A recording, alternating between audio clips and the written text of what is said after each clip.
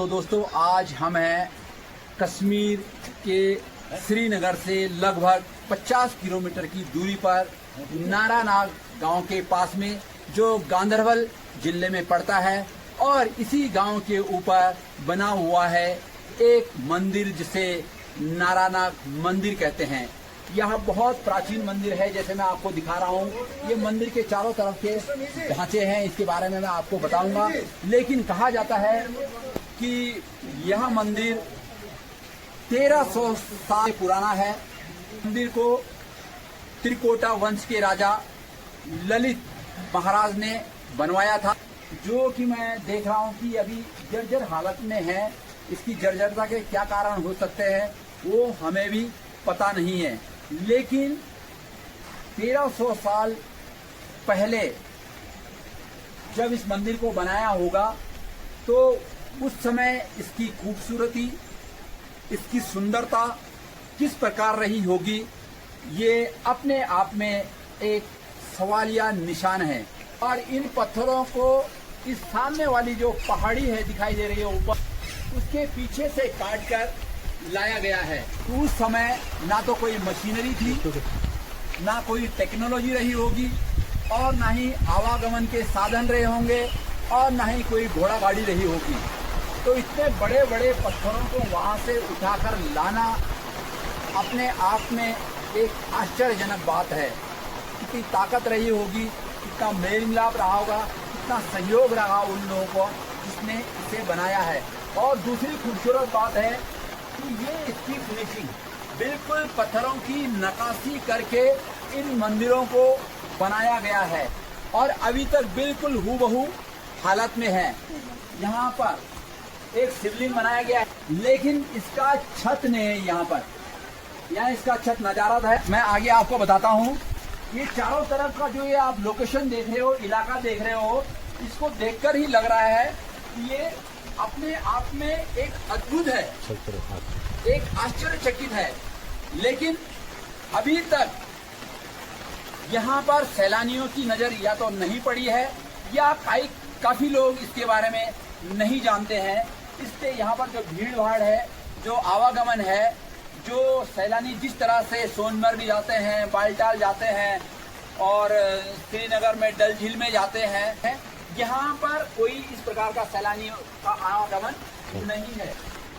यहाँ पर एक जलकुंड है, ये देख रहे हो आप, कितनी नक्काशी से इस जलकुंड को बनाया गया है, और यहाँ पर अभी भी पानी है। इस जलकुंड का पानी शायद पूजा करने के लिए या साफ सफाई के लिए यहाँ से निकाला जाता रहा होगा।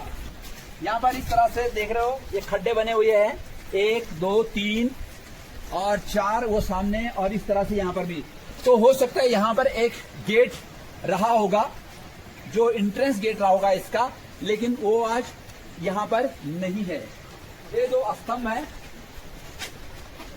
ये पत्थरों को काट करके इसमें गोलाकार आकार में छेद कर दिया गया है। ये यहाँ पर दोनों सेम एक जैसे हैं, तो इसका मतलब इसमें भी कुछ या तो मूर्तियां थी या तो कुछ पिल्लर खड़े रहे होंगे। ये शिवलिंग जो आपको यहाँ पर पत्थर का दिखाई दे, शायद किसी के द्वारा इसको तोड़ा गया है, वरना ये पूरा शिवलिंग है। और ये यहाँ पे दूध या पानी निकलने के लिए शिवलिंग का एक मार्ग बना गया है, ये देखो यहाँ पर। तो मैं समझता हूँ कि उस समय जब ये मंदिर बना होगा तो यहाँ पर लोग पूजा अर्चना करने आते थे, और ठीक शिव मंदिर के सामने ये शिवलिंग रखा गया था। यहाँ पर दूध वगैरह से शिवलिंग को नहलाते थे और फूल वूल चढ़ाते रहे होंगे। इसी प्रकार का एक शिवलिंग यहाँ पर रहा होगा, तो इसको शायद उस समय जानबूझकर तोड़ा गया होगा। यहाँ पर शायद कोई मूर्ति रही होगी, ये उसके ऊपर बेस बनाया गया है मूर्ति के लिए, लेकिन ये भी बिल्कुल जर्जर हालत में इसको तोड़ दिया गया है। और यहाँ पर भी कुछ रहा होगा, लेकिन यहाँ पर तोड़ के इसमें मिट्टी भर दी गई है। ठीक है, शिवलिंग था वहां पर, क्योंकि यहाँ पर बीच में गोल है, उसमें शिवलिंग था, और उसके साथ में जो दूध वगैरह पानी वगैरह की निकासी थी उसके लिए बनाया गया है उस साइड में।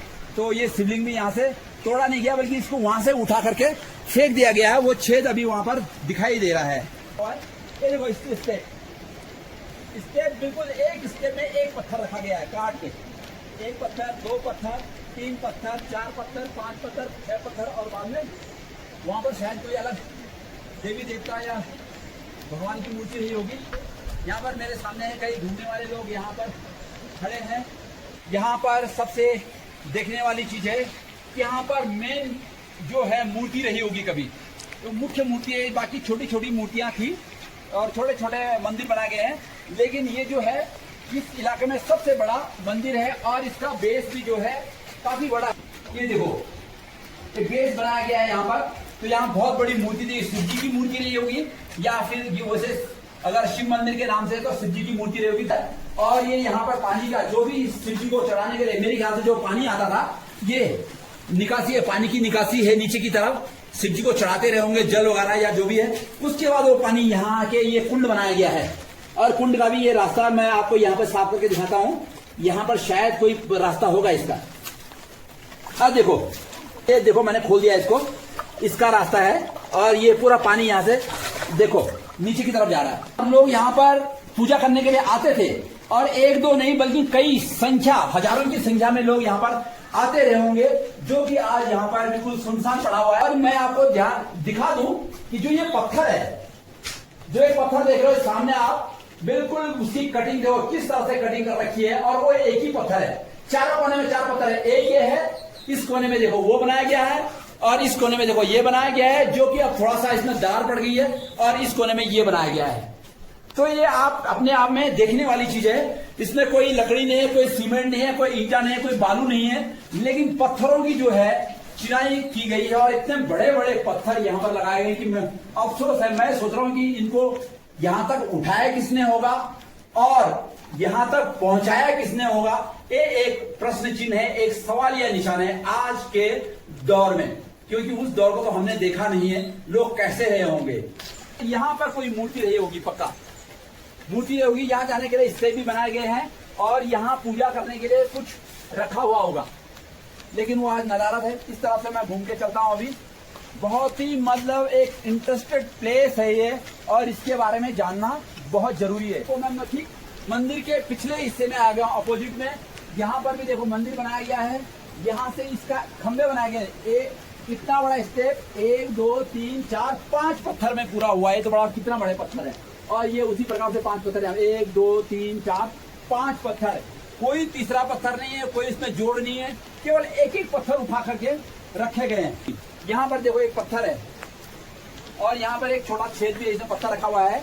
इसमें कोई मूर्ति रही होगी पक्का। जब भी कोई भी मंदिर में आता है तो मंदिर के चारों तरफ परिक्रमा करता है और परिक्रमा करते समय उनको ये जो देवी देवताओं की मूर्ति रहेगी वो दिखाई देती रही होंगी और उनके पांव छूते रहेंगे यहाँ पे।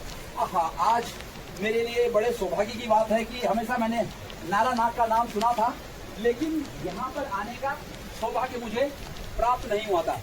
तो हर मंदिर के पीछे परिक्रमा करने के लिए बेस बनाया गया, जैसे यहाँ पर देखो, और बेस के चारों तरफ मूर्ति के लिए स्क्वायर बनाए गए हैं। वहां पर प्रत्येक मूर्ति देखी तो मतलब मेरे ख्याल से यहाँ पर सैकड़ों मूर्तियां थी।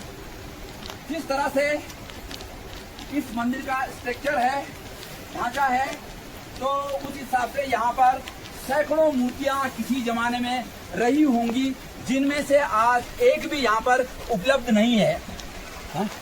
और एक ये देखो जलकुंड बनाया गया है जिसमें अभी भी पानी है। ये जलकुंड का पत्थर, इसमें किसी भी प्रकार का जोड़ मुझे नजर नहीं आ रहा है। कहीं पर जोड़ है भाई? ना, एक ही पत्थर है खाली। यहाँ तक कि ये जो है पानी निकासी के लिए रास्ता बनाया गया है। अगर ये जब टैंक फुल हो जाता होगा तो यहाँ से पानी के निकासी के लिए रास्ता बनाया गया है, ये जो कि धीरे धीरे बंद होने की कगार पर है।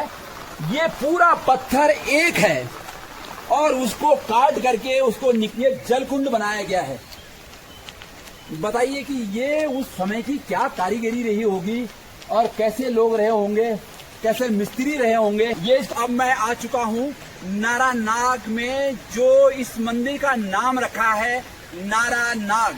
तो वो यहाँ पर एक्चुअली ये है, यहाँ पर ये जो पानी का तालाब है इसको या तो मैं जलकुंड कहूँगा या इसमें कोई नाग रहते रहे होंगे उस समय। ये मैं इसकी परिक्रमा कर रहा हूँ। ये जलकुंड का पानी निकालने के लिए देखो इतना सॉलिड रास्ता है यहाँ से बनाया हुआ, मैं अपने रास्ता बना हुआ है। ये पानी बह रहा है यहाँ, ये देखिए यहाँ पर कारीगरी, ये काट करके एक ही पत्थर का काट करके उसको शिवलिंग का रूप दिया गया है। ये देखो एक पत्थर, आपको ये सारा एक पत्थर है जो ऊपर से दिखाई दे रहा है।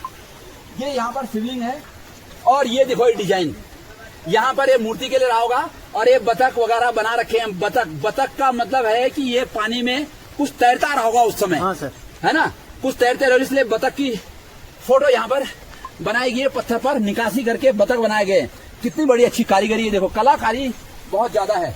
ये यहाँ पर देखो, ये बतख का जोड़ा है। बिल्कुल शुद्ध पानी, ये बिल्कुल शुद्ध पानी है। ये देखो यहाँ पर मैं देख रहा हूँ, किसी भी प्रकार का इसमें कोई गंदगी नहीं है। ये देखो, और इसकी सुरक्षा के लिए चारों तरफ ये जालियां लगाई गई हैं बाकायदा।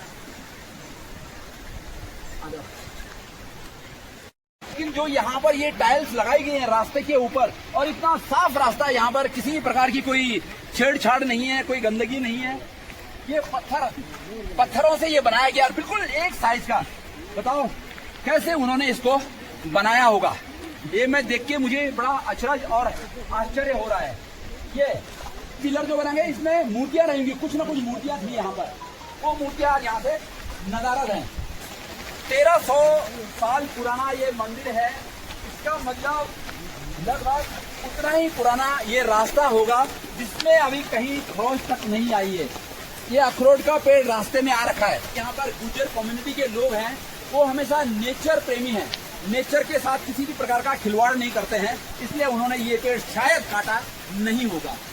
ये देखो बच्चे लोग घूमने जा रहे हैं यहाँ पर, बहुत ही बढ़िया। और ये देखो दीवार, जो ये रास्ते की वॉल है, वन साइड वॉल इतनी साफ, कहीं पर आपको घास नजर नहीं आ रही है। और ये मेरी ख्याल से लिपाई कर रखे हैं पत्थर। हाँ सर, लिपाई कर रहे हैं। बहुत बढ़िया।